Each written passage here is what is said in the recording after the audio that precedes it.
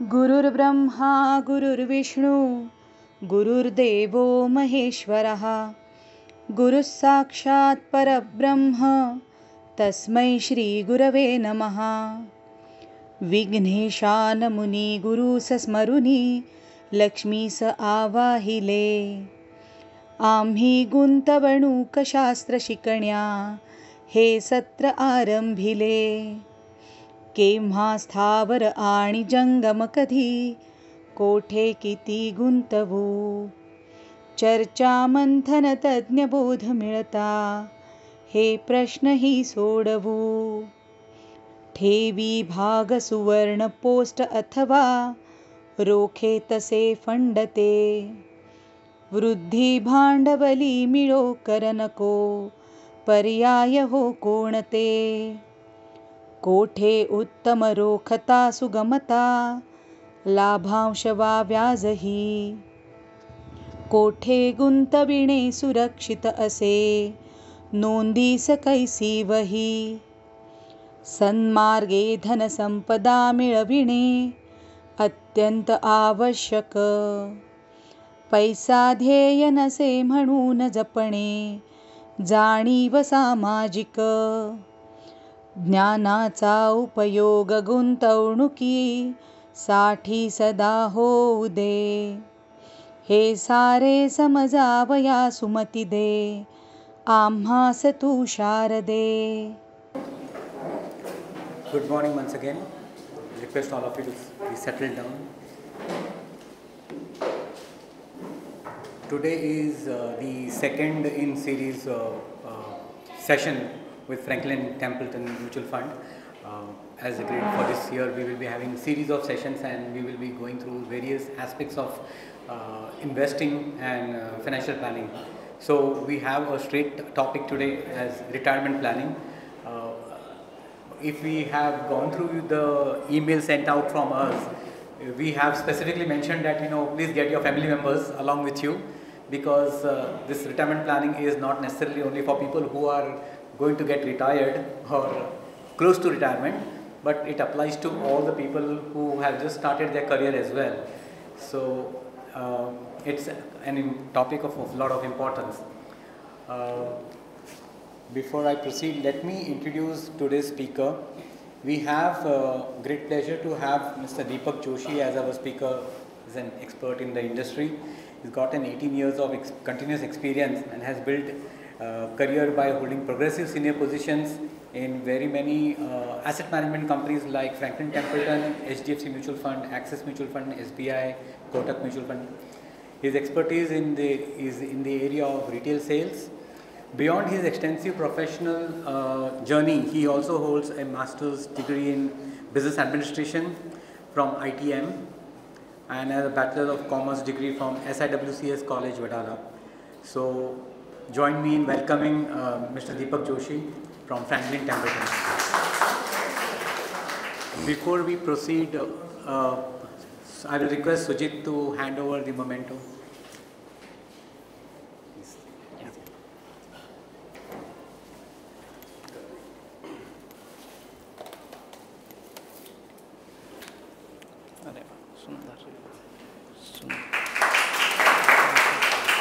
Thank you so much.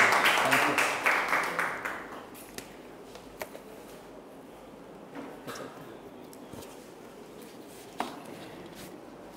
I would also like to thank Franklin Templeton Mutual Fund for sponsoring today's program. So over to you, Deepak.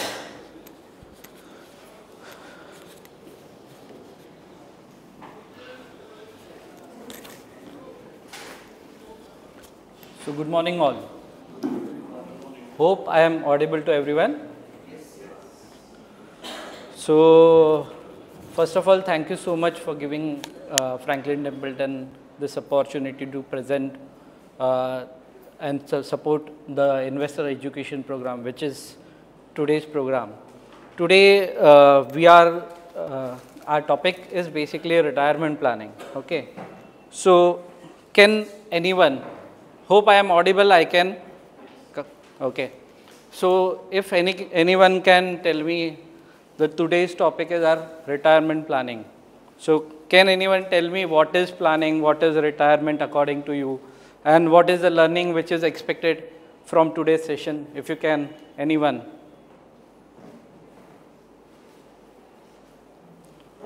You want me to keep the presentation Hindi, English, Marathi, whichever ways I can able to speak.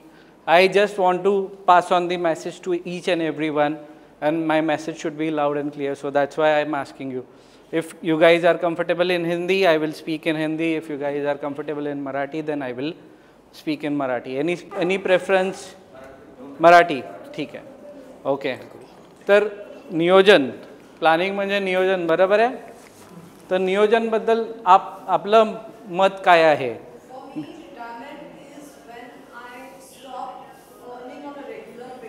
Okay. From my main income source. Okay. And then I get the returns from whatever I have invested so far. Okay. That's my retirement, which can come at 40, 50, 60, whatever. Okay. So I would like to ask you, you mean to say that whatever return you are getting, after that you will retire. So you want to get retired from your work, or you want to get retired from the investments? No, I want to get retired from my so-called boxed job. That's it. Okay. So you mean to say that कि आपको retire होना है, मतलब आपको financial freedom achieve करना है, बराबर है? ठीक है. Everyone agrees. फाइनेंशियल फ्रीडम से मतलब है कि आज जो मेरा रिक्वायरमेंट है, आज घर खर्च करने के लिए मुझे जितने पैसे चाहिए, और उसमें और बहुत सारे फॅक्टर्स आहे, उनको मैं कन्सिडर करके किंवा मी त्यांना गृहीत धरून माझी जे फ्युचर रिक्वायरमेंट्स आहेत, त्या फ्युचर रिक्वायरमेंट्सच्या हिशोबाने मी माझं नियोजन केलं पाहिजे. That is what the retirement planning. Okay. माझी जी लाईफस्टाईल आहे सध्या, आणि माझी जी लाईफस्टाईल असेल जे मी रिटायर झाल्यानंतर, मी इच्छितोय का जर मी 60ला रिटायर झालो आणि मी 80 वर्षापर्यंत जगणार आहे, तर त्या 80 वर्षापर्यंत त्याचं नियोजन झालं पाहिजे, बरोबर आहे. आता मी कुठल्या एजवर स्टार्ट करतो, कसं स्टार्ट करतो, त्या सगळ्या नंतरच्या गोष्टी आहेत. बट रिटायरमेंट प्लॅनिंग किंवा नियोजन हे अशा पद्धतीने झालं पाहिजे. यात दुसरं कोणाचं काही दुसरं मत आहे का? बोला सर.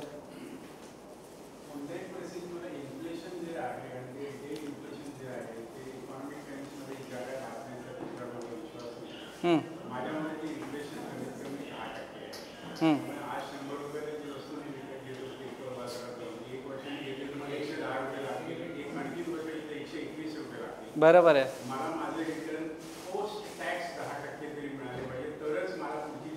परफेक्ट. हा जो तुमचा मुद्दा आहे ना सर, हे प्रेझेंटेशन बेसिकली अशा लोकांसाठी नाही का जे नियर टू रिटायरमेंट आहेत किंवा रिटायर झालेले आहेत. हे जे प्रेझेंटेशन आहे यामध्ये मी त्या सगळ्या गोष्टी जे तुम्ही सांगतायत किंवा त्या काय गोष्टी जेव्हा नियोजन करतो, नियोजन म्हणजे प्लॅनिंग करतो, जेव्हा प्लॅनिंग करतो तर काय गोष्टी आपण लक्षात ठेवल्या पाहिजे किंवा गृहीत धरल्या पाहिजे इन्व्हेस्ट करताना, तर त्या सगळ्या गोष्टी कव्हर होणार. तुम्ही महत्त्वाचा मुद्दा म्हणजे इन्फ्लेशन सांगितलं, ते मी माझ्या प्रेझेंटेशनमध्ये कव्हर करतो. तर let's start with presentation. We understand what you are working for. We are working for what? We are working for the ground rule is money. Okay. इथे कोण डिफर करता? नाही, बरोबर आहे. We all are working for obviously money, and money makes the world go round and round. काय माझं आयुष्य किंवा माझं आयुष्याचं पूर्ण जे आहे ते पैशाच्या अवतीभोवतीच आहे. काही लोक आहेत ज्यांच्याकडे इनहेरंट म्हणजे पुश्तेनी त्यांच्याकडे पैसे होते.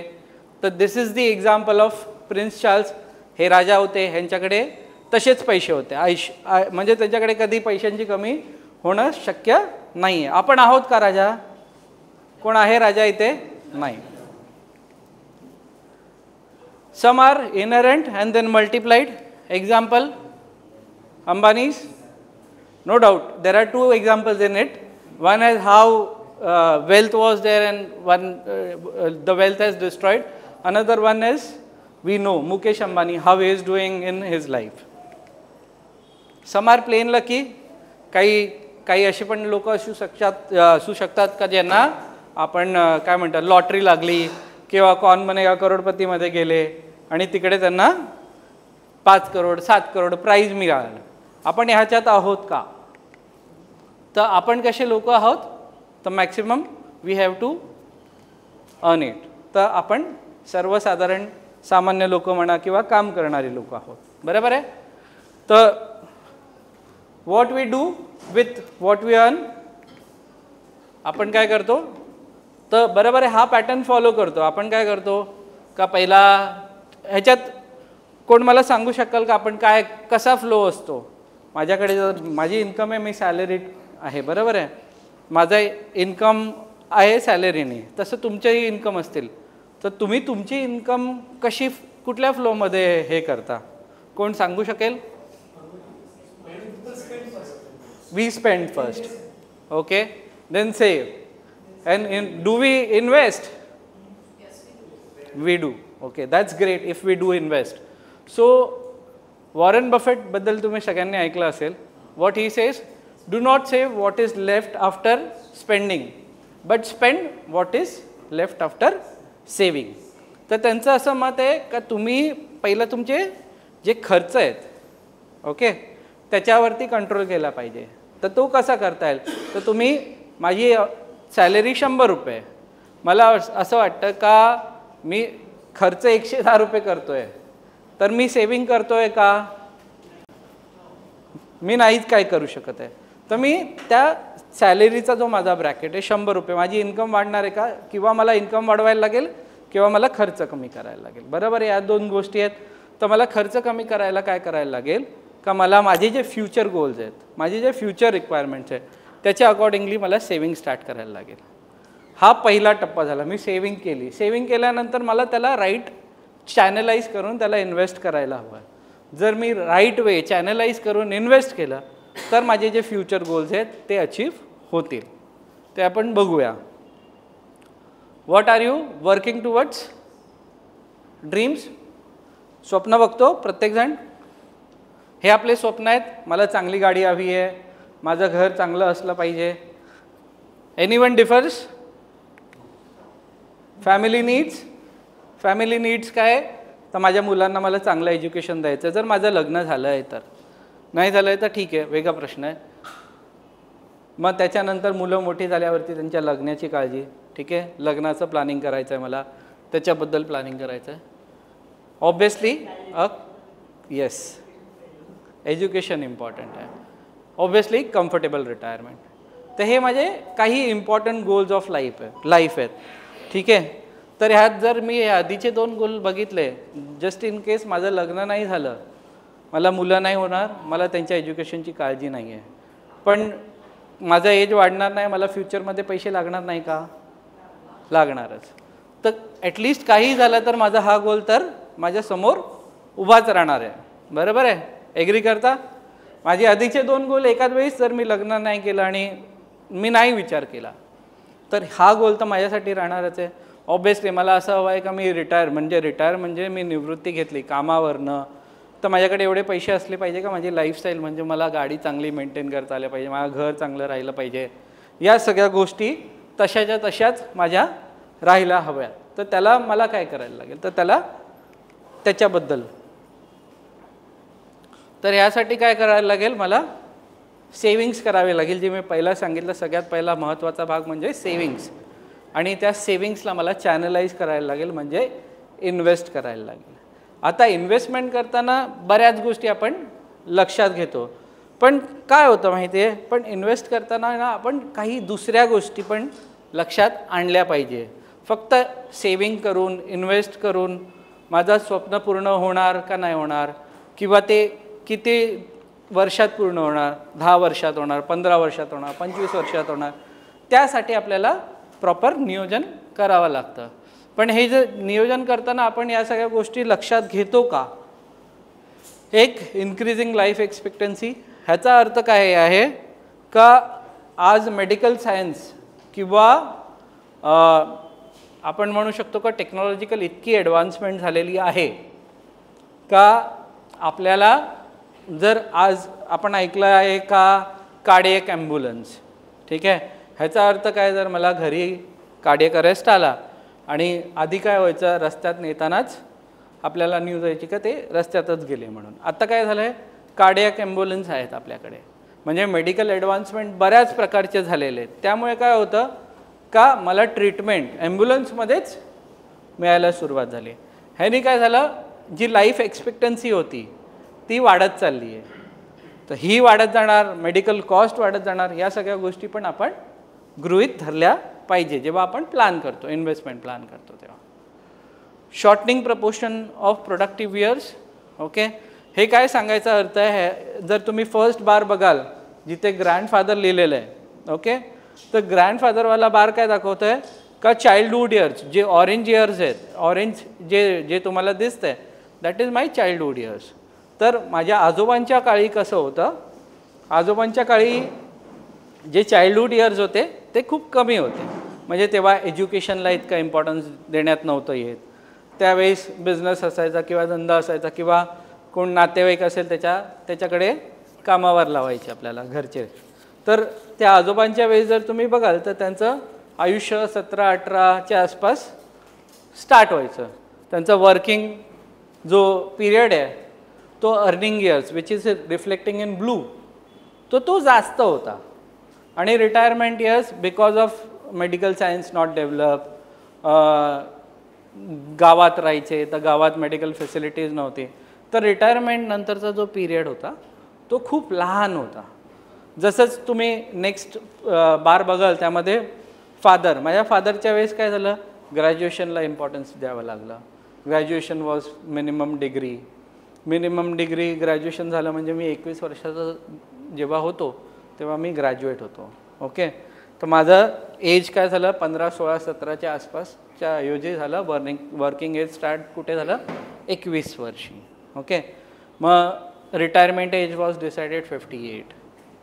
तर हा जो माझा अर्निंग इयर्सचा जो पिरियड आहे जो ब्लूमध्ये मेन्शन केलेला आहे तो कुठे ना कुठे कमी झाला. मग त्याच्यानंतर काय झालं, थोडं मेडिकल सायन्स डेव्हलप झालं. मेडिकल सायन्स डेव्हलप झाल्यानंतर माझं रिटायरमेंट एज येल्लो बारमध्ये जे मेन्शन करत आहे ते वाढलं. आणि जर मी फेज बघितला तर आत्ता असं झालं आहे का मुलं ग्रॅज्युएशन नंतर MBA, पोस्ट ग्रॅज्युएशन किंवा फर्दर डिग्रीज करतात. तर जे एज आहे starting age, career starting age is 24-25च्या आसपास करिअर स्टार्ट होतं. आणि people have aspiration to get retire very fast. म्हणजे आज तुम्ही सांगाल का माझं जर करिअर मी एक्सपेक्ट करतो आहे का मला 50-55 पर्यंत कोण ठेवेल किंवा मी 50 वर्षात पकडतो. आता काय झालं, मी 25व्या वर्षी चालू केलं आणि 50 वर्षी मला असं वाटतं का मला काम मिळणार नाही किंवा मला कोण कामावर ठेवणार नाही. तर हा जो पिरियड आहे हा कमी झाला. पण हा पिरियड कमी होतो आहे, पण माझे जे खर्च आहेत, माझे जे प्लॅनिंग आहेत किंवा माझे जे स्वप्न आहेत किंवा गोल्स आहेत ते चेंज होणार आहेत का त्या गोष्टींनी?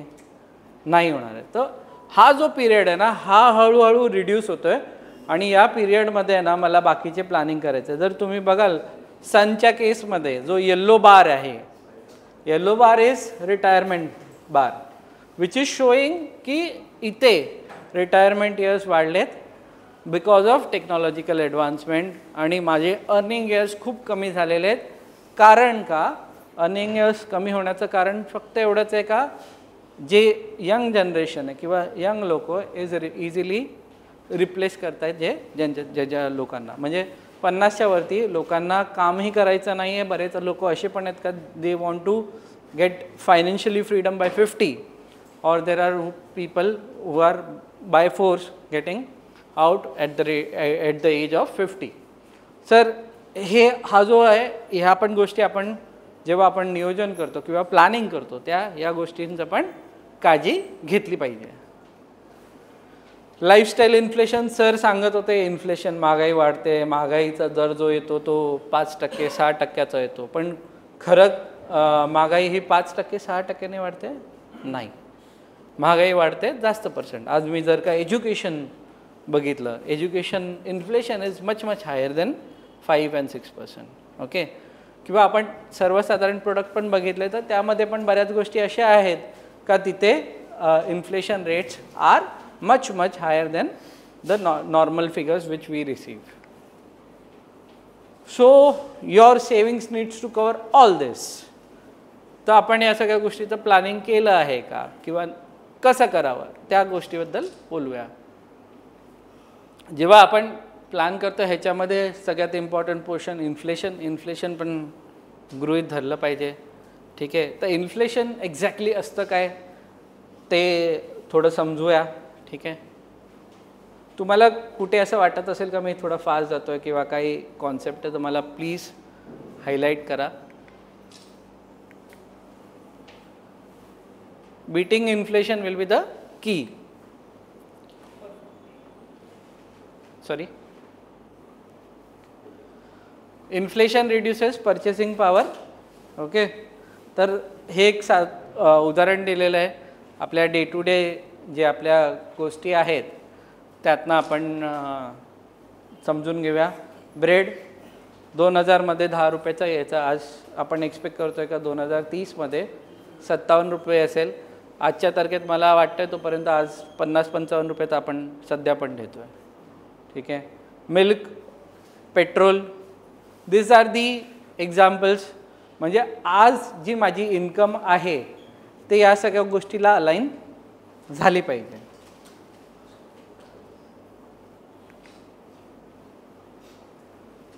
Impact of inflation. ओके. तर इम्पॅक्ट कसा असेल इन्फ्लेशनचा. आज 1 लाख रुपये पर मंथ आहे तर तेच मला 1.5 लाख रुपये 10 वर्षांनी पर मंथ लागतील. ओके. 15 वर्षांनी 2 लाख रुपये, 20 वर्षांनी 2.5 लाख, 25 वर्षांनी 3.2 लॅक्स आणि 30 वर्षांनी 4.3 lakhs will be my expense or my value of 1 lakh rupees in future. ह्याच्याने थोडंसं समजण्याचा प्रयत्न करूया. ठीक आहे. हे दोन पोर्शनमध्ये इन्फ्लेशन एक्सप्लेन केलेलं आहे. तर तुम्ही बघाल तर first impact of inflation on expenses. तर today my expenses 30,000 rupees. After 20 years it will be 80,000 rupees. आणि impact of inflation on savings. जर मी माझे पैसे आज माझ्याकडे 1 लाख रुपये आहेत, 1 लाख रुपये मी काय केले तिजोरीत ठेवले असेचे असेच. ओके. आणि त्या पैशाला मी असा विचार केला का हे पैसे आहे ना मी रिटायर झाल्यावरती यूज करीन. ठीक आहे. मी सेविंग केली पण मी गुंतवणूक किंवा इन्व्हेस्टमेंट नाही केली. मी तसेच्या तसेच कपाटात ठेवले. आता काय झालं 20 वर्षानंतर आहे ना त्या 1 लाख रुपयाची व्हॅल्यू सेम असणार का. त्या 1 लाख रुपयाची व्हॅल्यू 35,000 होणार. तर सेविंग करणं हे महत्त्वाचं नाही बट सेविंग करून त्याला ॲज अ इन्व्हेस्टमेंट चॅनलाइज करणं ही तेवढंच गरजेचं आहे. आता तुम्ही विचाराल का तुमच्या मनात प्रश्न असेल का तुम्ही बऱ्याच गोष्टी सांगितल्या पण हाऊ मच इज इनफ. तर how much is enough it is depends upon your requirement. Okay. तुम्हाला किती लागणार आहेत हे प्रत्येक व्यक्तीसाठी हा वेगळा ह्याचं उत्तर वेगळं आहे पण प्रश्न सेम आहे. तर हे करताना ह्या सगळ्या गोष्टी आपल्याला गृहीत धरायच्या आहेत. बरोबर आहे. इन्फ्लेशन, महागाई आपण बोललो ते. ओके. Growth of investment. माझी इन्व्हेस्टमेंट काय ग्रोथ म्हणजे इन्व्हेस्टमेंट जर मी सेविंग केली आणि मी सेविंग इन्व्हेस्ट केली तर इन्व्हेस्टमेंट काय ग्रोथ रेटने. जसं सर म्हणाले का 10% इन्फ्लेशन आहे. बरोबर आहे. तर माझी इन्व्हेस्टमेंट काय रेटने वाढली पाहिजे. ओके. एस्पिरेशनल एक्सपेन्सेस जसं मी दाखवलं लाईफस्टाईल चेंज होते एस्पिरेशनल एक्सपेन्सेस चेंज होतात. बरोबर आहे. तर एस्पिरेशनल एक्सपेन्सेस आहे. त्या व्यतिरिक्त माझे काही स्वप्न आहेत पेंडिंग गोल्स म्हणा. रिकरिंग एक्सपेन्सेस जे कंटिन्युअसली रिकर होणार आहेत. लाईफस्पॅन म्हणजे जेव्हा माझी लाईफस्पॅन वाढेल तर त्याला. आणि कंटिंजन्सी म्हणजे जर मी रिटायरमेंट प्लॅनिंग केलं पण त्यामध्ये मी कंटिंजन्सी म्हणजे जर माझं retirement at the age of 60 झालं पाहिजे 85पर्यंत मी जगणार असं मी गृहीत धरलं आहे. आणि त्यामध्ये मी असं नाही एक्सपेक्ट केलं का मला कार्डियक अरेस्ट नाही येणार किंवा काय नाही येणार तर त्या कंटिंजन्सीसाठी मी प्लॅनिंग नाही केलं. तर त्या केसमध्ये जर माझं रिटायरमेंट आहे that can cause an impact. So are you ready for retire early and live longer? Okay. एक हा लहान व्हिडिओ आहे. Japan has the highest life expectancy in the world. Why are Japanese people living so long? Japanese eat healthy. Unlike in North America, where food is served on large plates, Japanese serve each item on its own little dish. Also, there is a famous Japanese saying, eat until you are 80% full. Japanese walk and stand more often. Most Japanese stand rather than sit. They walk, bike, or take the train when they grow up. Japanese eat out with friends and families more frequently. As a result, they build better relationships and have more social support from friends and families when they get older.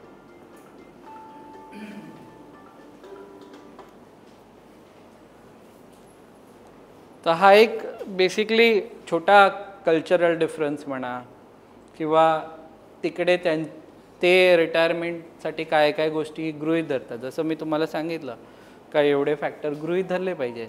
तसं Japanese लोक आहेत तर तुम्ही बघितला video का ते health conscious आहेत. Whatever they have consciously 80%च खातात. म्हणजे जर माझी रिक्वायरमेंट 4 चपातीची आहे तर मी 3 चपाती खाणार. That way they maintain their lifestyle का त्यांना हेल्थ रिलेटेड इश्यूज कमी यावे किंवा तशा गोष्टी. Another example in this basically जर तुम्ही बघाल तर ते त्यांचं असं म्हणणं आहे का they are doing more socialising. Okay. म्हणजे ते त्यांची मित्रमंडळी इतकी जमवून ठेवतात का जेव्हा आयुष्यात त्यांच्या वाईट समय आला किंवा वाईट वेळ आली तर त्यावेळेस त्यांना कोण ना कोणतरी सपोर्ट करायला. तर जेव्हा आपण ह्या सगळ्या गोष्टी विचार करतो तर का आपल्याकडे या सगळ्या गोष्टी आहेत का नाही आहे. तर मग त्या हिशोबाने जर माझ्याकडे मित्र नाही आहेत किंवा माझ्याकडे माझे नातेवाईक नाही आहेत तर तेव्हा माझ्यासाठी काय इम्पॉर्टंट आहे. जर माझ्याकडे पैसा असला तर मी लोक हायर करू शकतो किंवा लोकांना ते पैसे देऊन माझं जे हवं आहे लाईफमध्ये मी ते करू शकतो. ठीक आहे. तर आता आपण वळूया मेन आपला जो टॉपिक आहे रिटायरमेंट तिकडे. रिटायरमेंट जेव्हा आपण कन्सिडर करतो तेव्हा 2 गोष्टी आपण विचार केल्या पाहिजे. एक तर wealth and health. Both are the important. म्हणजे जे मी एक्सप्लेन केलं आत्तापर्यंत जर तुम्हाला पटलं असेल तर wealth and health both are equally important for us. Okay. Wealth outsource करू शकतो किंवा मी त्याचं प्लॅनिंग केलं असेल तर मला वेल्थचा जो डिपेंडन्सी आहे ती राहणार नाही. बट हेल्थ मी आउटसोर्स करू नाही शकत. तर ह्याचा पण विचार केला पाहिजे. जेव्हा हेल्थ पिरामिड आपण बघतो तर हेल्थ पिरामिड बघताना आपलं सोल, माइंड आणि बॉडी. तर माइंड, बॉडी आणि सोल माझे सगळं व्यवस्थित असेल तर हेल्थ रिलेटेड जे इश्यूज आहेत ते मला येण्याची शक्यता खूप कमी असते. आणि जेव्हा आपण वेल्थ पिरामिड बघतो तर वेल्थची डेफिनेशन आहे लोकांची का माझ्याकडे चांगलं घर, सोनं, ठीक आहे, इक्विटी, डेट किंवा मी अशी गुंतवणूक करून ठेवली असेल ज्याचे माझ्याकडे पैसे आहेत, सफिशियंट फंड्स आहेत, तर that can help me out in my future.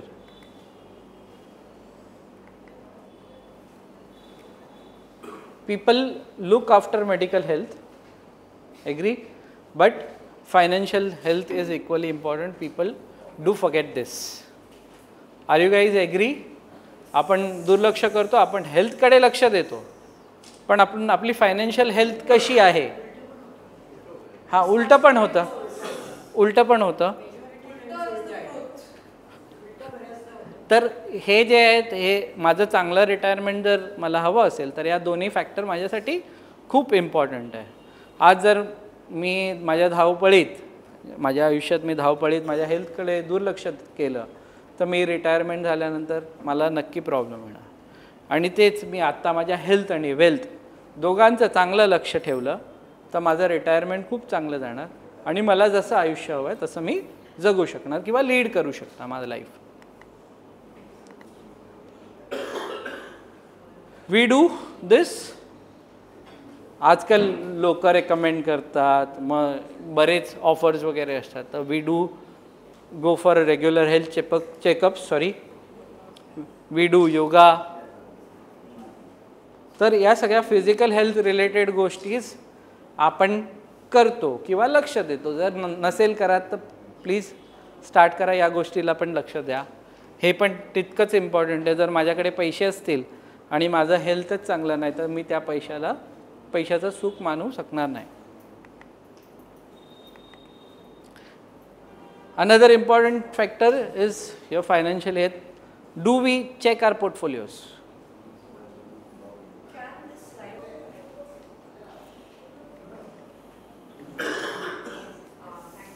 Okay. So we should do regular portfolio checkups, asset allocation, asset mix, portfolio rebalancing, which we called in financial term. Okay. We should do our we should do portfolio rebalancing, and we should do the switches according to risk preferences, risk taking abilities, and we should take care of this.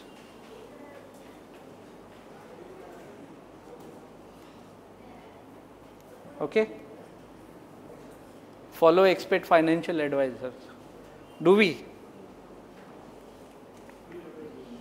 Will cover in the next slide. Whom do we consult for medical things? Whom do we consult? Doctor. Anyone is here जे chemist मध्ये जातात आणि त्याच्याकडनं औषध घेतात? हां, okay. हां, ते ठीक आहे, ते आपल्याला माहिती आहे, त्या गोष्टी ठीक आहे. ओके. हां, हो, कंपाऊंडर पण आहेत. राईट, कंपाऊंडर पण आहेत. राईट. आणि आपण आपल्या वेल्थ रिलेटेड ॲडवाईस घेताना do we follow financial influencer, म्हणजे जे व्हिडिओ बनवतात, फायनान्शियली इन्फ्लुअन्स करतात, का आपण रजिस्टर्ड, जे SEBI registered mutual fund advisor म्हणा किंवा जे ॲडवायझर आहेत त्यांच्याकडे जातो? जर तुम्ही नसेल जात तर या गोष्टी पण तुमच्या प्लॅनिंगच्या वेळेस लक्षात आणल्या पाहिजे, कारण का ते लोक आपल्या आयुष्यात खूप इम्पॉर्टंट रोल प्ले करतात, कारण का त्या फील्डमध्ये काम करतात आणि त्यांचं नॉलेज त्या फील्डमध्ये चांगलं असतं आणि निदान काही नाही तर आपल्यापेक्षा तरी चांगलं असतं. Where do your savings usually go? हे काही ऑप्शन्स आहेत. आपण इथे गुंतवणूक करतो, बरोबर आहे, काही गोष्टी मिसिंग आहेत नाही. Saving account, bank deposit, PPF, life insurance, postal, gold, RBI bonds, mutual funds, equities and real estate. These are the investment options where we do invest. Investment आपण जेव्हा करतो, बरोबर आहे, तर इन्व्हेस्टमेंट करताना आपण काही गोष्टी लक्षात आणल्या पाहिजे. तर हा जो चार्ट आहे हा एक्सप्लेन करतो आहे का, जर आपण बघितलं तर 1995 मध्ये 13% इंटरेस्ट रेट होता FD वरती. हळूहळू ते कमी होऊन 60% वरती आलं, बरोबर आहे. ओके. तर जेव्हा मी प्लॅनिंग करतो आहे, मी लॉंग टर्मसाठी प्लॅनिंग करतो आहे, तर माझं जसं मी म्हणालो राईट प्रोडक्ट इन्व्हेस्टमेंट झालं पाहिजे, तर त्या हिशोबाने या गोष्टी पण लक्षात घेतल्या पाहिजे. मी विचार करतो आहे का रिअल इस्टेट थ्रू माझं रिटर्न, म्हणजे मी घर घेईन विकत, घर भाड्यावर देईन, आणि तर this is the example where rental यील्ड्सचं एक्झाम्पल दिलं आहे. Pan India rental yields, how rental yields are doing, आणि रेंटल यील्ड्स कशा कमी होत आहेत. सॉरी. त्याच्यानंतर ऑप्शन येतं इक्विटीज. आपण इक्विटीजबद्दल ऐकलं आहे. इक्विटीज, तर का इक्विटी? तर इक्विटी जर तुम्ही बघाल तर equity has outperformed but for very few who have stayed invested. तर this is the example. Basically जर तुम्ही बघाल तर हे एक्झाम्पल आहे का अशा लोकांनी पैसे बनवले आहेत. Sensex is the benchmark which we know. 1995 मध्ये जर सेन्सेक्समध्ये कोणी गुंतवणूक केली असती 1 लाख रुपयाची, तर today is the value after 30 years is 38 times which is 38 lakhs. जर गोल्डमध्ये केली असती तर 23 times झाली, no doubt. Gold is also given a better return. Okay, weighted average gilt बघितलं तर 9%चं रिटर्न आहे. गिल्ट म्हणजे गव्हर्नमेंट सिक्युरिटीज. जर तुम्ही गव्हर्नमेंट सिक्युरिटीजमध्ये इन्व्हेस्ट केलं असतं 30 वर्षाआधी तर आज 9%चं रिटर्न मिळालं असतं. तर this are the investment options. Okay, या गोष्टीमध्ये जर तुम्ही बघाल जो मागचा चार्ट आहे त्यामध्ये हेच दाखवतं आहे का equity has outbeaten all the investments. तर तरी पण आजच्या तारखेत जर आपण बघू इंडियामध्ये इक्विटी इन्व्हेस्टमेंट इज ओनली 14%. आज 14% लोकच फक्त इक्विटीमध्ये इन्व्हेस्ट करतात. का असं आपण थोडं समजूया. ठीक आहे, तुम्हाला काय वाटतं का असं का इक्विटीमध्ये का लोकांना इन्व्हेस्ट करत, इक्विटी म्हणा किंवा इक्विटी म्युच्युअल फंड्स म्हणा का इन्व्हेस्ट करत नाही किंवा हळूहळू इन्व्हेस्टमेंट करणारे लोक वाढले आहेत. तर इक्विटीसाठी लोकांचं काय मत आहे. Uncertainty, volatile. Okay,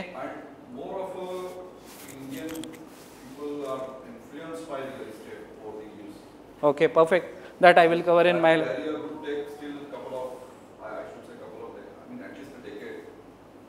Okay. It is a very complex topic to choose a share, particular share. या सगळ्या गोष्टी आपण समजू शकतो, पण सगळ्यात मोठा लोकांना काय वाटतं माहिती आहे का, इक्विटी म्हणजे रिस्क आहे.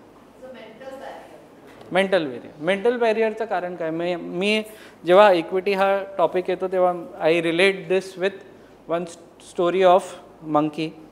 तर एक केज आहे, एक केजमध्ये 2 मंकी सोडले आणि केजच्या वरती आहे ना बनानाज लटकवले. Monkey likes banana obviously. आणि 2 माकडे 2 साईडला ठेवलेले आहेत आणि एक एक करून they want to have the banana. वरती येतात आणि जसे ते बनानाच्या जवळ पोचतात वरून पाईप ठेवलेले आहेत त्याच्यातनं फोर्सफुली पाणी पडतं. ओके, जसं पाणी पडतं तर ते खाली येतात, पुन्हा खाली येतात. Again after some time they try. Okay, परत सेम स्टोरी, सेम रिपीट. पाणी आलं. असं 3-4 वेळा या गोष्टी घडतात का जसं ते बनानाच्या जवळ जातात आणि बनाना धरणार असतात तेव्हा ते खाली पडतात. आता या स्टोरीमध्ये काय केलं, 1 monkey is replaced with another monkey.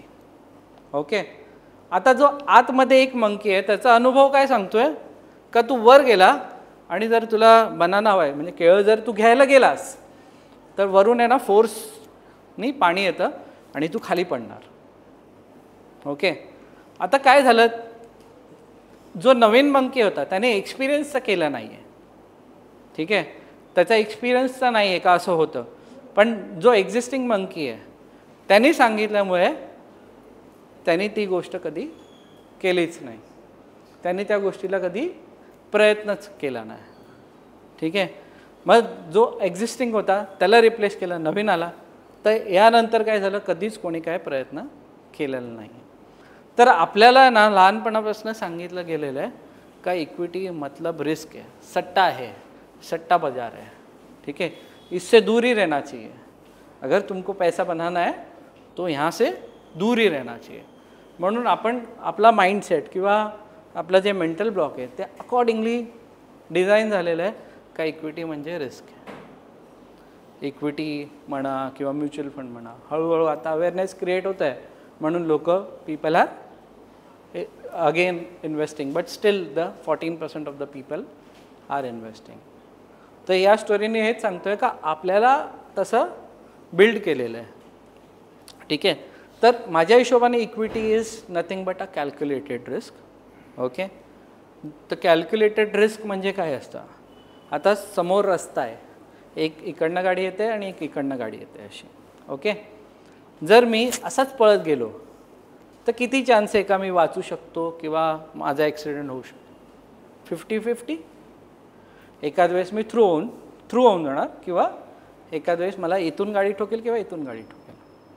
आता जर ॲज अ वाईज पीपल किंवा वाईज इन्व्हेस्टर म्हणा, मला माहिती आहे गाडी इथून येणार आहे, पहिला गाडी इथून येणार आहे, नंतर इथून येणार आहे. ठीक आहे, आणि मध्ये डिवायडर आहे, मी डिवायडरवर थांबू शकतो जर तशी वेळ आली तर.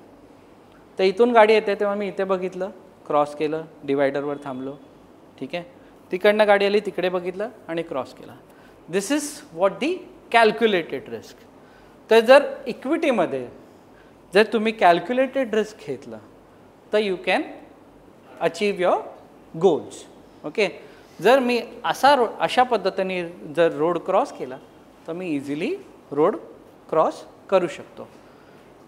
हे जेव्हा हळूहळू आपल्या वायरिंगमध्ये चेंज होऊन आपण एम्बेडाइड करतोय, त्यामुळे आपण हळूहळू इक्विटीच्या म्हणजे equity related investment options select करतोय आणि बरेच प्रोडक्ट, बऱ्याच गोष्टी इव्हॉल्व पण होत आहेत ह्यामध्ये. हां हां I also noticed that only Japanese and UK, they are also not very far away from or very advanced from us. तिकडे तर त्यांची लाईफस्टाईलच तशी आहे. On and spend. हां My question very 15% they have, so in general Marathi 15% पैसे equity मध्ये, बरोबर. बाकीचा पैसा आहे कुठे जपान? त्यांचा एवढा आयडिया नाही आहे सर मला, बट मी तुम्हाला आपलं सांगू शकतो. Yes, if you know. जपानमध्ये इंटरेस्ट रेट्स खूप कमी आहेत. हो. 1.5% हो negative rate of return negative हां. आहे. जपानमध्ये रिअल इकॉनॉमी खूप जास्त आहे. आणि आता आपण या इथे बसलेले लोक आणि तुम्ही जे सांगताय ते लोकांना रिअल इकॉनॉमी पासून व्हर्च्युअल इकॉनॉमी किंवा फायनान्शियल इकॉनॉमीला स्विच व्हायला सांगतात. खरोखरच देशातले सगळेच लोक इक्विटीमध्ये इन्व्हेस्ट करायला लागले आणि तिच्यावर जगायला लागले तर काम कोण करणार? तसं नाही आहे सर. तुम्ही बघाल तर बेसिकली जर तुम्ही बघाल तर सगळ्यांना इक्विटीमध्ये शिफ्ट व्हायला नाही सांगत आहेत. पण तुम्हाला जर पुढचे जे स्लाईड येतील ना, इथे काय झालं आहे का सर, तुम्ही जेव्हा इक्विटी ॲज अ ऑप्शन का बघतायत, आज बरेच लोक इक्विटीला ऑप्शन बघतात. तर का तर एफ डीचे रेट कमी झाले आहेत, मला रेंटल यील्ड कमी झाली आहे, मला गोल्डमध्ये एक सर्टन अमाऊंट गुंतवायची आहे किंवा तेवढंच मला रिटर्न मिळेल. पण जेव्हा मी बघतोय का माझे जे सबस्टिट्यूट फॅसिलिटी आहे प्लस लोक ॲज अ सबस्टिट्यूट बघतात. आज सेविंग्ज अकाउंटमध्ये किती टक्के मिळतात? 3-3.5%. एफ डी रेट्स काय आहेत? 5, 5.5, 6. त्याच्यानंतर टॅक्सेबिलिटी. ओके. तर लोक आहे ना इन्व्हेस्टमेंट रिलेटेड ऑप्शन्स एक्सप्लोअर करत आहेत. तर जेव्हा तुम्ही इन्व्हेस्टमेंट रिलेटेड जर तुम्ही हे बघाल, इथे बघाल या चार्टमध्ये, तर जेव्हा तुम्ही आज मला इन्व्हेस्टमेंट करायची आहे, मला ऑब्व्हियसली माझं फ्युचर प्लॅनिंग करायचं आहे. ठीक आहे. आज जे मी फ्युचर प्लॅन करणार त्याच्या हिशोबाने माझं आयुष्य पुढचं घडेल. बरोबर आहे. तर मी हा ऑप्शन बघतोय का मी कुठल्या गोष्टीला अशा एक्सप्लोर करू शकतो का जिथून मला माझी लाईफ किंवा माझं फर्स्ट मला तर इन्फ्लेशन बीट करायचं आहे. इन्फ्लेशन बीट करून माझा गोल म्हणजे जो स्वप्न आहे ते पूर्ण करायचं आहे. माझी जी रिक्वायरमेंट आहे, आज मला 1 लाख रुपये हवे आहेत दर महिन्याला घर खर्चाला. समजा मला 4,30,000 रुपये लागतील, तर त्या 4,30,000साठी मला रिव्हर्स कॅल्क्युलेशन करायला लागेल का मी एक some amount of corpus build करीन, त्यातनं मला दर महिन्याला 4,30,000 रुपये येतील. तर दिस इज द वे जेव्हा मी कॅल्क्युलेशन करतो. जर 9% मला होत असेल तर I will comfortable with F D. If मला असं वाटतं का गोल्डने मला 4,30,000 रुपये 4.5 लाख रुपये येतील, तर I will comfortable by accumulating gold and I will sell the gold and I will survive in my those days. इक्विटीने असं वाटतं. तर इक्विटीने तर people are looking out for investment avenues, investment options. तर काय झालं आहे या गोष्टीमुळे काय होतं आहे का आज लोकांना इन्व्हेस्टमेंट ऑप्शन्स किंवा सबस्टिट्यूट म्हणून इक्विटीज बघतायत किंवा फोर्सफुली बघावं लागतं आहे, कारण का माझे स्वप्न त्यानेच पूर्ण होणार आहे. तर हा एक इन्व्हेस्टमेंट ऑप्शन पर्याय म्हणून आहे सर. तर why people are not investing into equity. तर लोकांना फिअर, जसं मी सांगितलं, बिकॉज फिअर ऑफ डाऊनसाईड, जसं मी सांगितलं का लोकांना असं वाटतं, माकडांना असं वाटतं का वर गेलो का पाणी पडेल आणि मी खाली येईन. Fear and greed. लोक इन्व्हेस्ट करतात इक्विटीमध्ये पण रॉंग टायमिंगवरती इन्व्हेस्ट करतात. लोक इन्व्हेस्ट करतात ज्यावेळेस मार्केटवरती असतं आणि दे डोंट हॅव पेशन्स. आणि मग मार्केटवर असल्यावरती इन्व्हेस्ट करतात आणि मार्केट खाली आल्यावरती. आता जर तुम्ही लास्ट 1 इयर बघाल तर लास्ट 1 इयरमध्ये लोकांचे रिटर्न खूप कमी बनलेत किंवा नाहीच बनलेत, कारण का ऑल कॅप्स आर डाऊन. तो people have started asking to financial advisor की मी माझे पैसे गुंतवले होते नेगेटिव्ह, ह्याच्यापेक्षा मी एफ डीमध्ये गुंतवले असते तर बरं झालं असतं. पण तो एफ डी हा तुमच्याकडे पर्याय नव्हताच त्यावेळेस पण, कारण का एफ डीमध्ये 5-6% मिळतील प्लस ते टॅक्सेबल आहेत. तर ते तुमचं इन्फ्लेशन पण ब्रीच नाही करणार. जसं तुम्ही म्हणाला जपानमध्ये लोकांना निगेटिव्ह इंटरेस्ट रेट आहे, ठीक आहे. तर लोक इन्व्हेस्ट कशाला करतील, त्यापेक्षा खर्च केलेलं बरं आहे. UK तुम्ही म्हणतात, UKमध्ये पण लोकांची माइंडसेटच तसं आहे का पूर्ण वीक कमवायचं, विकेंडला खर्च करून टाकायचं, हीच लाईफस्टाईल आहे. पण या सगळ्या गोष्टी जर तुम्ही गृहीत धरल्या तर आपल्याकडे मेडिकल फॅसिलिटीज अवेलेबल आहेत का गव्हर्नमेंट साईडून? आपल्या मेडिकलसाठी आपल्यालाच प्रोव्हिजन करायला लागतं. तर आपण त्या अँगलनी प्रोव्हिजन करतो आहे, त्या हिशोबाने विचार करतो आहे. तर या हिशोबाने जर आपण बघितलं तर that way we have to plan it. हां, तुम्ही काय म्हणता? हेच लेक्चर तुम्हाला जपानमध्ये किंवा UK किंवा सिंगापूरमध्ये द्यायचं असतं, काय बदल झाला असता? पण त्याचा आपण कशाला विचार करायचा? आपण आपल्या इकडचं बघूया ना. Don't take Japan into consideration. It's a different league altogether. Japan's problem is that they have invested a lot of money in renewable energy for hydrogen and carbon neutrality. So majority of the investment in Japan is going in that sector. Japan's problem is that now the old age population is aging, so wealth management is picking up in Japan. So that figure is correct because people have not realized the importance of wealth management, which they are realizing right. So let's not compare ourselves with Japanese. It's a different league altogether. They are way ahead as far as technology is concerned, which we are not even 0.1%. Sir, Japan's project they want inflation. Our economy is growing at 7 to 8%. That is the main reason why we should go for it. It's not that why we should not. आपला growth rate 7-8% आहे, त्यामुळे our economy is going to grow. त्याबद्दल हे नाही आहे ना sir. जर आपण बघाल तर sir the way India is progressing now today we are third. So the way we are progressing, yes, we are progressing. But the thing is that when comes to investment, okay, why we should consider the equity? These are the reasons why we should consider. And why we are not considering the equity? Because of the past mindset that someone has taught us that equity is a risk. So we are not investing through equity. So this is the main difference. I think Japan's stock market topped out in I think 85. Yes. आता काय मला माहित नाही. It took a long time to again regain. Yes, obviously. Let's stick to our retirement. Yeah, Yes. can we go for our retirement? Sure. So this is the example. Okay.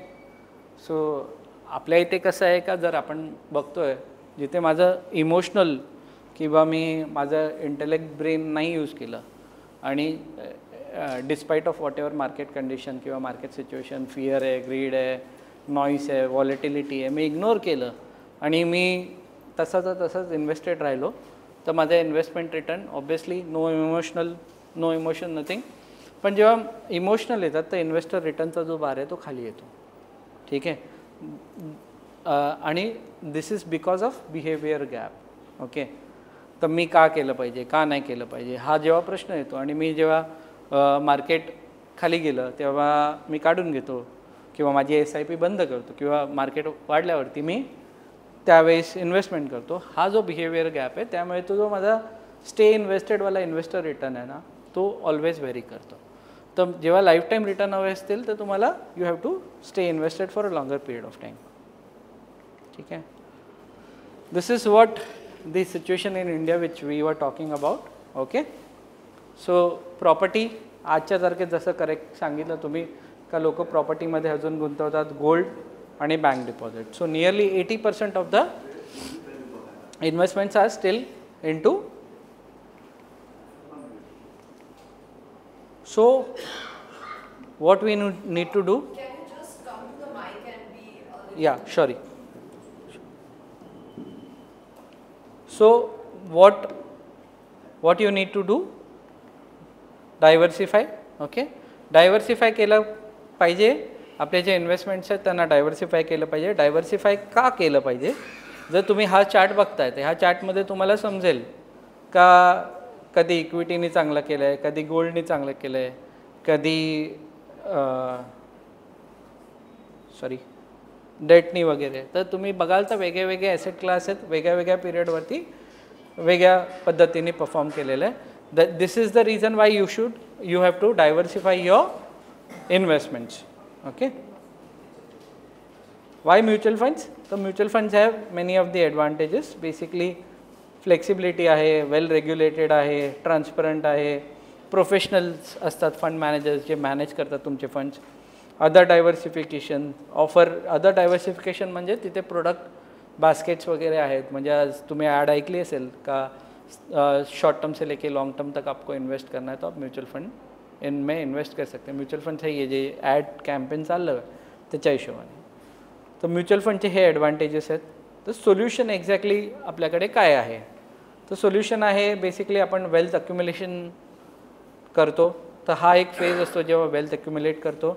Through SIP we can accumulate wealth. आणि एक phase असतो जेव्हा मी wealth अक्युम्युलेट केली आहे त्या वेल्थला मी utilise करतो. That is the through SWP. तर basically एक जेव्हा वेल्थ अक्युम्युलेट करतो, एक कॉर्पस क्रिएट झाला, त्याच्यानंतर मी त्याच्यातनं SWP घेतो. That is the wealth accumulation phase. आणि अजून एक पद्धत आहे ज्याला आपण सिस्टमॅटिक ट्रान्सफर प्लॅन म्हणतो. तर बेसिकली हे ज्यांना मार्केट लेवल्सवरती कम्फर्टेबल नसतात किंवा त्यांना they want to beat the volatility through their investment, म्हणजे हा पण एक पर्याय आहे. तर कसं वर्क करतं हे आपण एक समजून घेऊया.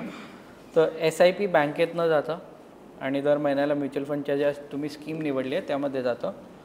SWP कसं होतं तर म्युच्युअल फंडमध्ये तुमचा कॉर्पस क्रिएट झालेला आहे, त्या कॉर्पसमधनं तुम्हाला पैसे मिळत आहेत.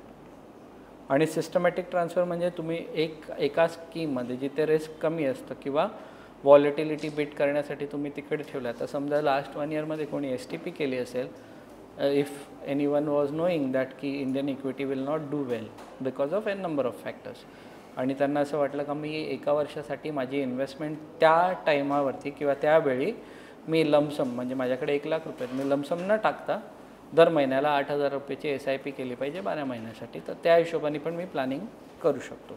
तर that is called the STP systematic transfer plan. SIPचे बेनिफिट्स म्हणजे basically one of the benefit is rupee cost averaging. जर तुम्ही हा जो हे जे कॅल्क्युलेशन बघाल तर 10,000 रुपये गुंतवलेत, मला 20 रुपयेवरच्या NAV वर पण इन्व्हेस्टमेंट झालेली आहे आणि सेम वे 16 रुपयेवर पण झालेली आहे. तर माझी जी ॲव्हरेज कॉस्ट आहे, ॲव्हरेज कॉस्ट इज 17.78. सर ह्याला this is nothing but called a rupee cost averaging benefit. या ग्राफनी तुम्हाला चांगल्या पद्धतीने समजेल. Basically this graph represents the market movement आणि green line which is a linear line which is explaining how my investment has taken place. म्हणजे माझं वरच्या ह्याच्यावरती पण युनिट्स मिळाले 20 रुपयावरती, 16 रुपयावर पण मिळाले, माझी ॲव्हरेज कॉस्ट 17 रुपये. तो SIP gives you benefit of that. What is power of compounding? Anyone knows power of compounding? We call it 8th wonder of the world. Sorry, व्याजावर व्याज. हे व्याजावर व्याज 2 पद्धतीने असतं. बेसिकली आपल्या जेव्हा आपण तुम्ही लोन घेता तेव्हा व्याजावर व्याज देता, that is an negative impact for you. But जेव्हा इन्व्हेस्टमेंट करतो आणि त्यावेळेस व्याजावर व्याज मिळणं, that is a good thing. तर let's understand with this example. जर मी आज 1 करोड रुपये दिले तुम्हाला आणि मी तुम्हाला सांगतो आहे का तुम्ही मला 1 रुपया रोज द्या पुढच्या 31 दिवसापर्यंत, आणि प्रत्येक दिवशी आहे ना तुम्ही जी अमाऊंट देता त्याला डबल करा, ती अमाऊंट डबल करा, तर तुम्ही मला किती पैसे द्याल? Any idea, any guesses?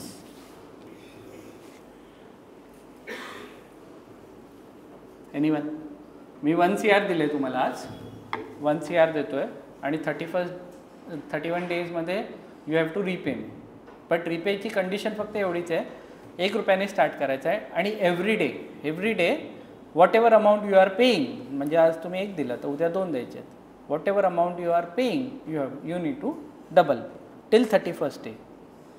Any guesses what amount you? 100 times. 100 crore times. Okay. Any guesses?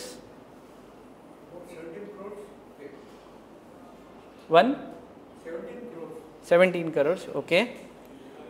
Okay. 107 crores. Okay. So basically this is how the power of compounding works. जे आपण व्याजावर व्याज म्हणतोय तसं. तो बेसिकली जर तुम्ही बघाल तर 10व्या दिवशी तुम्ही मला 512 रुपये देत आहेत, पण ते तुम्ही डबल करत करत करत करत एक 30व्या दिवशी 53 करोड होते आणि एक दिवस ॲड झाला 31, तर 107 crores. So this is how the power of compounding works. Okay. Power of compounding through SIP basically हा एक्झाम्पल दिलेलं आहे का जर ह्याच्यात एक SIP मध्ये SIP टॉपअप हा कॉन्सेप्ट आहे किंवा स्टेपअप SIP म्हणतो आपण.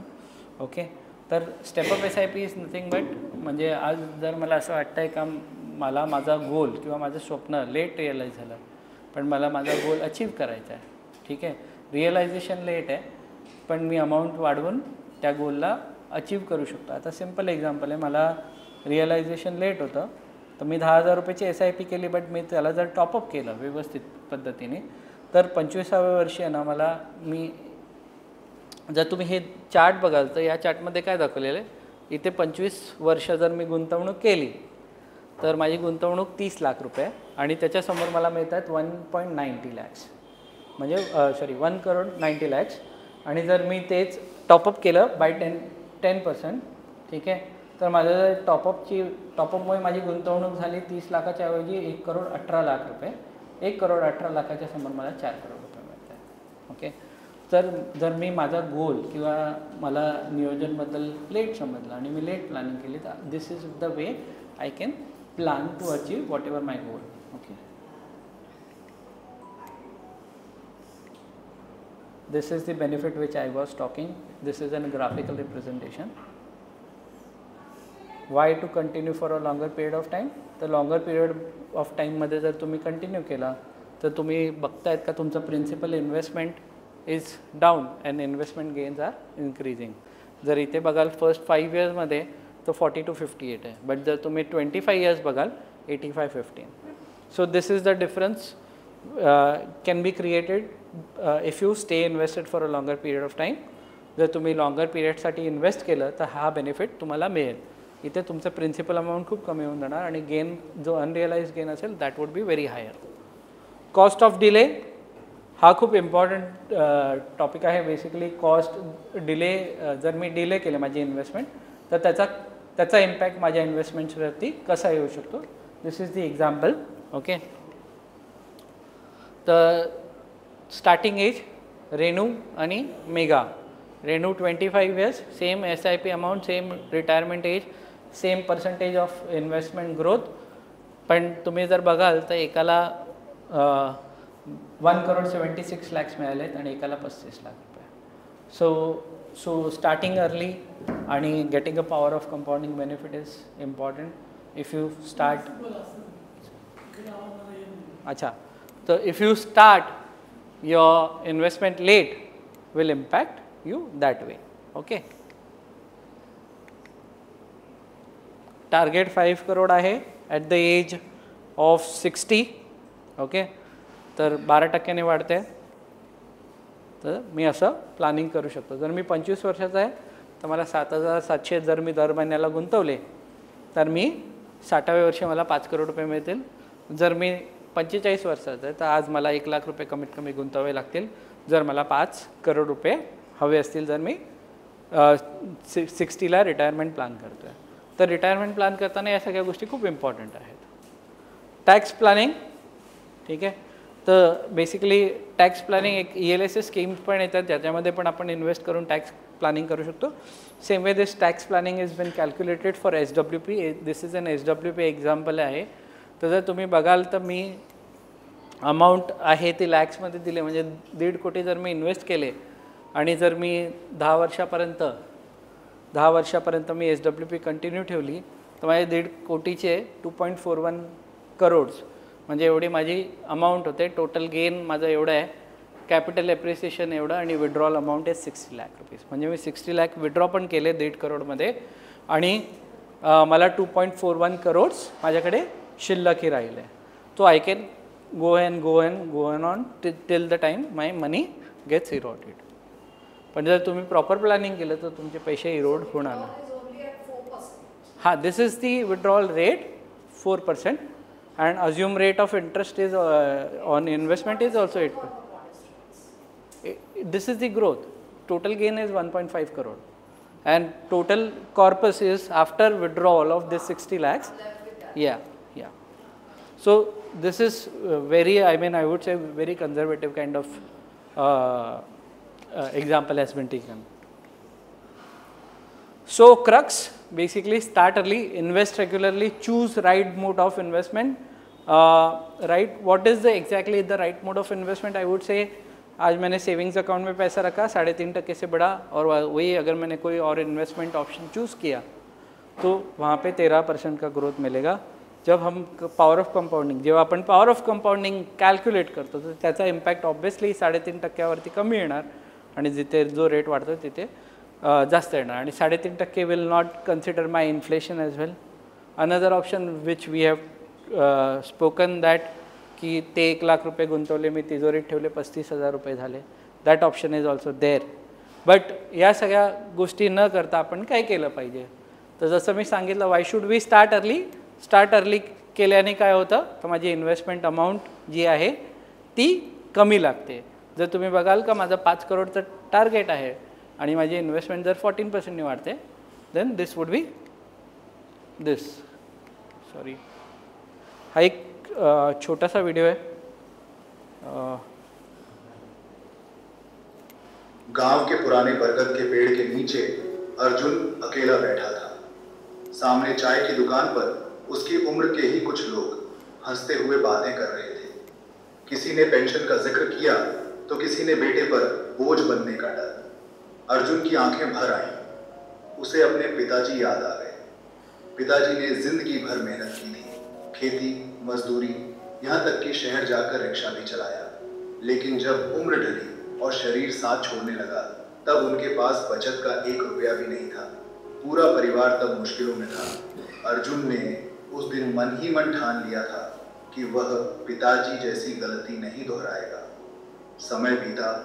अर्जुन नौकरी करने शहर चला गया. शुरुआती तनख्वाह बहुत कम थी. दोस्त कहते, अरे यार इतनी कम सैलरी में खर्चा कैसे संभालेगा, ऊपर से बचत का सोचता है.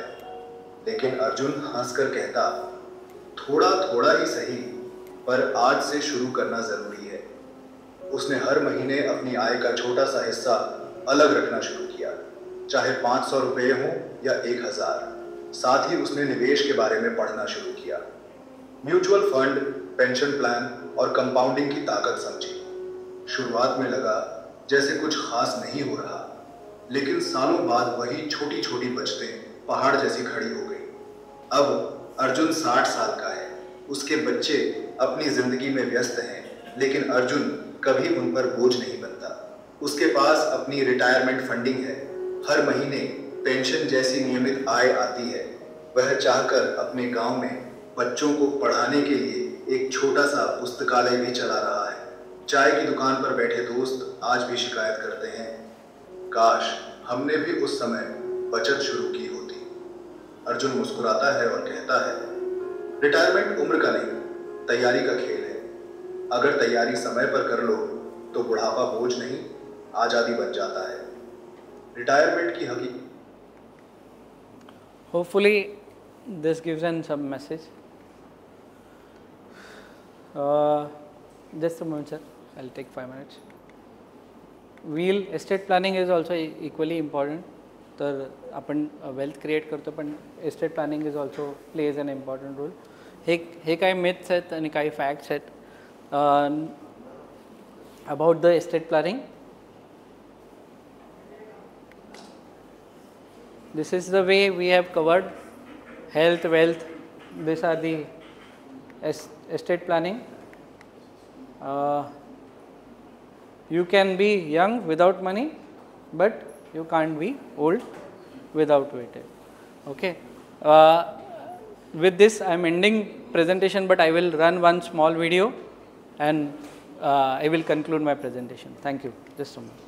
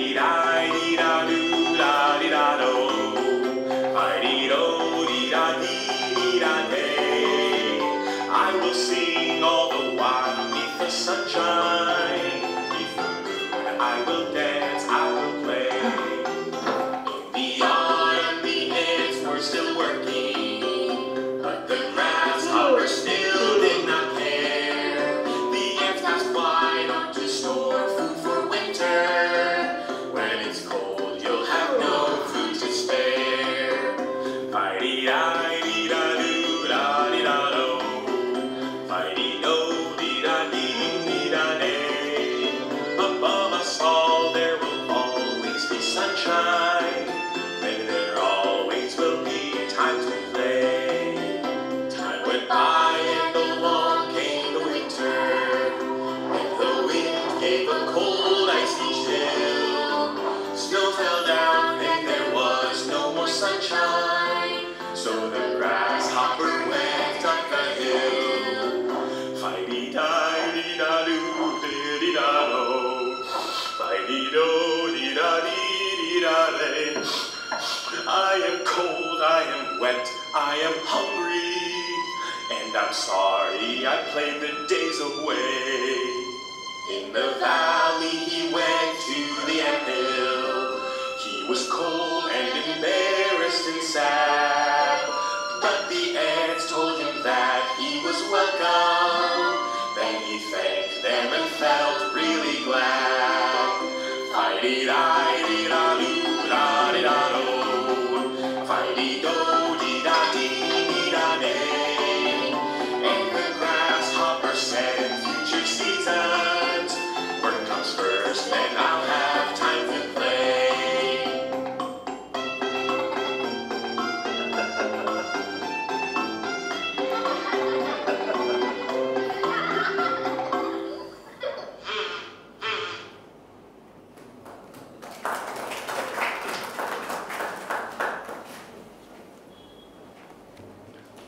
Thank you so much.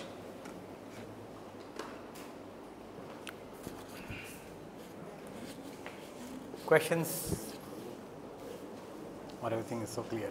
I think questions. Yes, sir.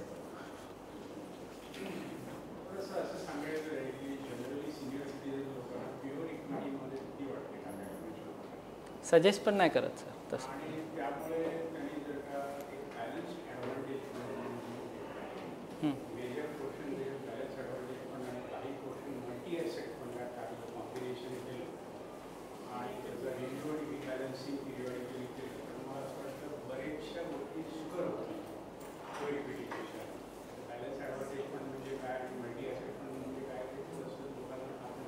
ठीक आहे.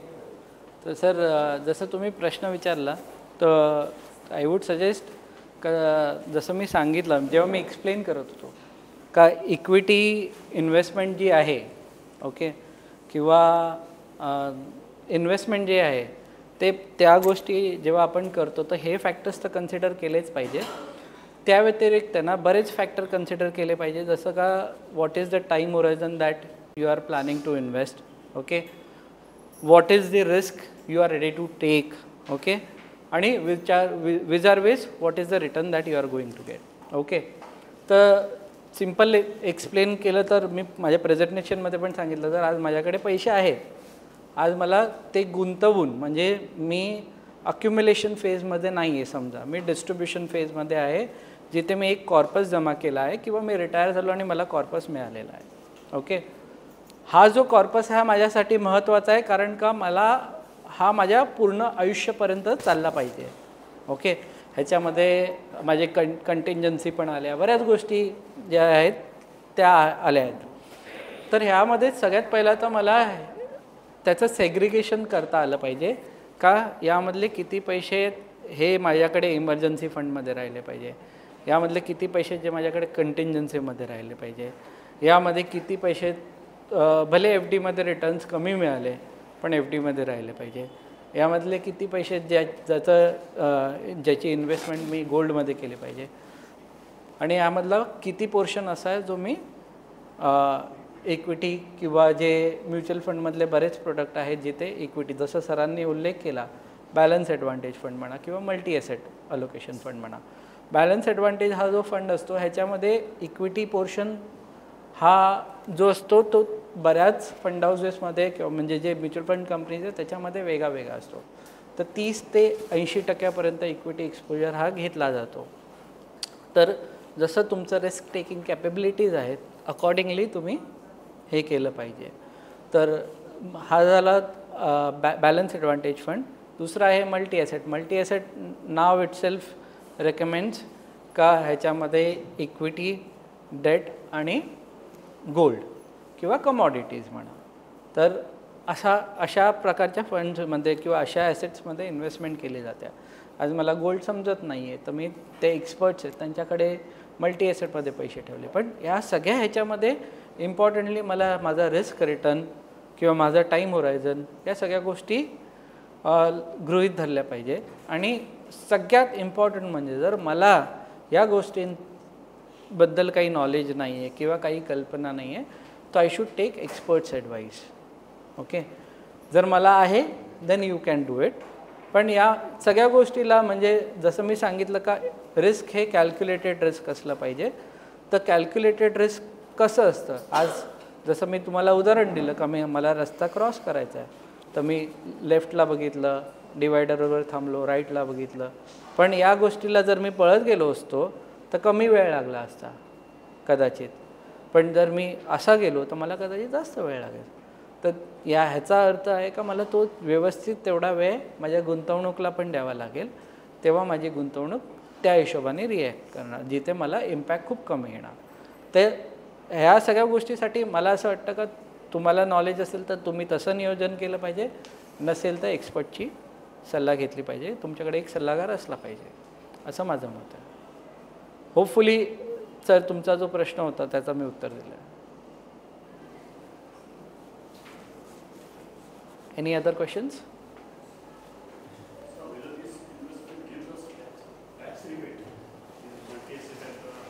नाही, ते टॅक्ससाठी जे आहेत ते वेगळे प्रोडक्ट्स आहेत. There are different types of product where you ELSS. But after introduction of new regime, that is also, I mean, people are not considering much about that as well. Yes, sir. As per SEBI, multi-assets मध्ये काही minimum caps आहेत का की like equity मध्ये एवढं minimum percentage invest केलं पाहिजे की असं? तसं नाही. जेव्हा प्रोडक्ट डिझाईन होतात ना, म्हणजे कुठल्याही म्युच्युअल फंड हाऊसनी जेव्हा प्रोडक्ट डिझाईन करतात त्या डिझाईन करताना दे डू हॅव नाही नाही तसं नसतं. बेसिकली म्हणजे ते जेव्हा ऑफर डॉक्युमेंट फाईल केले जाते ना त्यावेळेस रेंज दिली जाते. त्या रेंजच्या हिशोबानेच ते घेऊ शकतात. जर सेबीचे काही मिनिमम गाईडलाईन्स नाही. तर जसं का कुठला कंपनीने प्रोडक्ट लॉन्च केला तर 10 to 25% असलं पाहिजे जर गोल्ड किंवा कमॉडिटीज. तर त्याचा अर्थ का मिनिमम 10% तर ठेवलंच पाहिजे त्यांनी. तर तसंच इक्विटी ठेवलं पाहिजे 30 to 80%. तर अकॉर्डिंग टू मार्केट कंडिशन किंवा एक्सपर्ट्स आहेत, फंड मॅनेजर्स आहेत, they take call according to various parameters. हां sir. In case of SIP, हां हां whether the large cap, mid cap and small cap, provide a return after which year? 3 years, 5 years? Any specific thing that large cap will provide after 3 years or 2 years returns? तसं नाही आहे sir. ते basically जर तुम्ही बघाल ना तर there is one concept call Sensex rolling return chart. एक चार्ट आहे, जर तुम्ही ॲनालाइज कराल तर सेन्सेक्स रोलिंग रिटर्न चार्ट आहे. ओके, तर रोलिंग रिटर्न बेसिकली काय असतात, 1 year 3 year मी एव्हरी 3 years नंतरची फ्रिक्वेन्सी घेतलेली आहे का रिटर्न कसं आहे ॲव्हरेज. ओके, तर 1 year 3 year 5 year असे वेगवेगळे रिटर्न्स काढलेले आहेत. तर Sensex has started in the year of 79 and it was 100 points आणि आता it is close to around 81.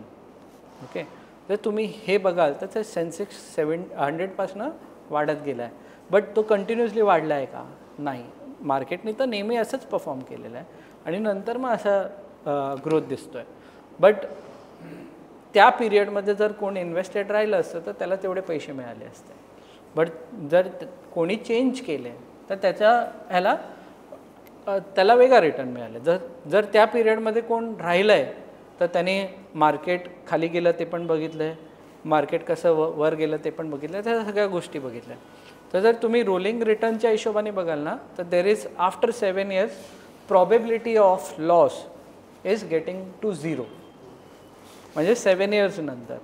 आता हे सेन्सेक्स आहे. Sensex is purely large cap top 30 companies of India indices. No doubt companies change होत राहतात. मागच्या गेल्या बऱ्याच वर्षामध्ये बऱ्याच कंपनीज चेंज झाल्या.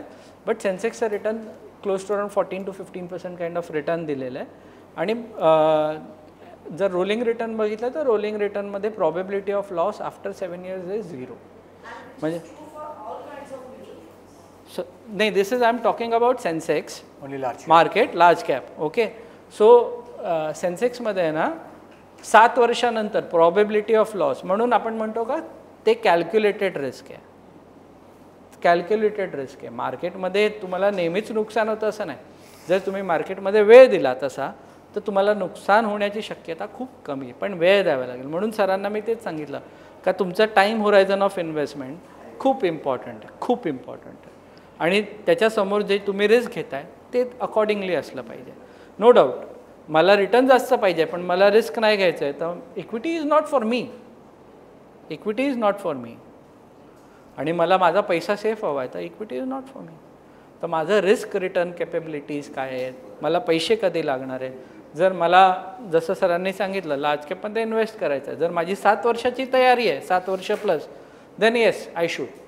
असं नाही होणार का सरांनी म्हणजे सरांबरोबर 2 गोष्टी होऊ शकतात. एक होऊ शकतं का त्यांनी पैसे गुंतवले आणि 3 वर्षात त्यांचे पैसे डबल झाले. ओके, आणि एक होऊ शकतं का 3 वर्षामध्ये त्यांना 0 रिटर्न मिळाला. But 4th year 5th year 6th year 7th year नंतर may be he might get good returns. तर ह्या सगळ्या प्रॉबेबिलिटीज आहे. मार्केटमध्ये जसं सेंटिमेंट्स आहेत, जसं इकॉनॉमी परफॉर्म करते तसे किंवा कंपनीज परफॉर्म करतात त्या हिशोबाने तुम्हाला रिटर्न्स मिळतात, रिटर्न्स जनरेट होतात.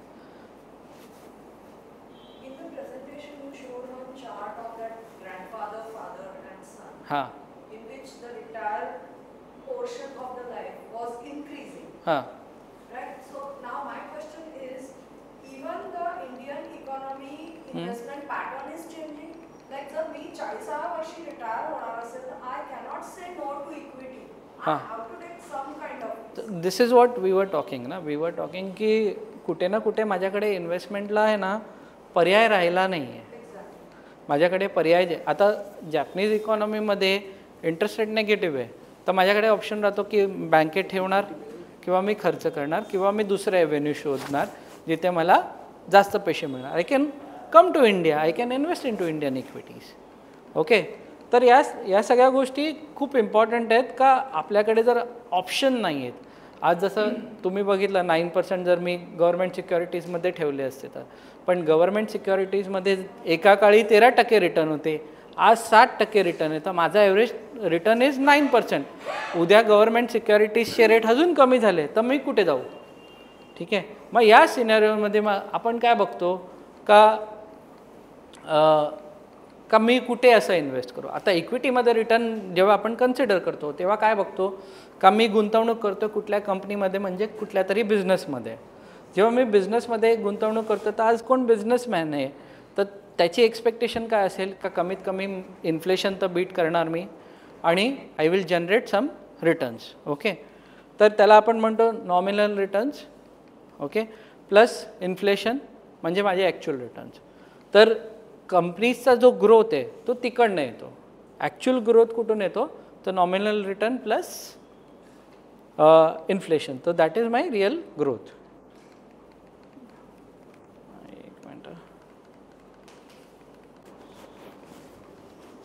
If there are no further questions, we can. Okay, bola. And a last question. This you are talking about, right? No, I think it's gone off. अच्छा, gone off. ठीक है, ठीक है. हाँ. Sorry. Can you read the option? See, the thing is that, sir, we should understand 2 things. Okay, and that we should understand very clearly. What is the requirement of taking any of the products. Okay, insurance मी घेतो कशासाठी घेतो, मला माझी life secure करायची आहे. आणि investment कशासाठी करतो, मला माझं फ्युचर सिक्युअर करायचं आहे. This can be linked, yes, through ULIP it can be. But केलं पाहिजे का, नाही केलं पाहिजे. माझी जी रिक्वायरमेंट आहे ती वेगळीच ठेवली पाहिजे. Insurance is my pure requirement का माझ्या गेल्यानंतर माझ्या घरच्यांना एवढे पैसे मिळाले पाहिजे, ही माझी प्युअर रिक्वायरमेंट आहे. आणि इन्व्हेस्टमेंट आहे ती माझ्या मतलब मेरे साथ भी और मेरे बाद भी रहे वैसा, और ये ज़िंदगी के बाद ही काम आहे वैसा. आणि युलिपमध्ये बरेच चार्जेस असतात, तर तुम्ही घेऊ शकता. तुम्हाला जर त्या गोष्टींचं बेटर अंडरस्टँडिंग असेल तर यू कॅन. असं नाही का ULIPs are bad, you can. But माझं असं मत आहे का इन्व्हेस्टमेंट आणि इन्शुरन्स या दोन गोष्टी वेगळ्या वेगळ्या त्यांना वेगळ्या ठेवल्या पाहिजे, सेपरेट ठेवल्या पाहिजे.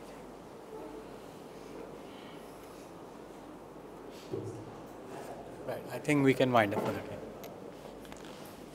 Thank you. Thank you, Deepak ji.